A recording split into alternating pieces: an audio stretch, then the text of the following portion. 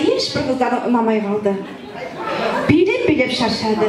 Ал сол кезде Қайдар біздің сонау қалаға барып, көше қыдырып, көшеде бір дүңгіршектен, яғни киосктан бір сұлу қызға көзі түседі. Бұлай бір қарайды, мына жағына шығып тағы бір қарайды.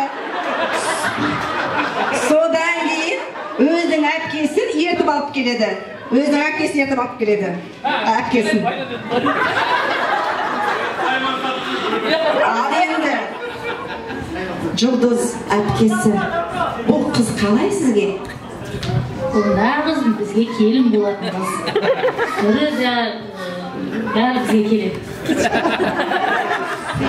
Сөйтіп Жұлдыз әпкесі інісіне ұнаған қызды келін қылып, басына орамал салып, анасына апаруға дайынданады.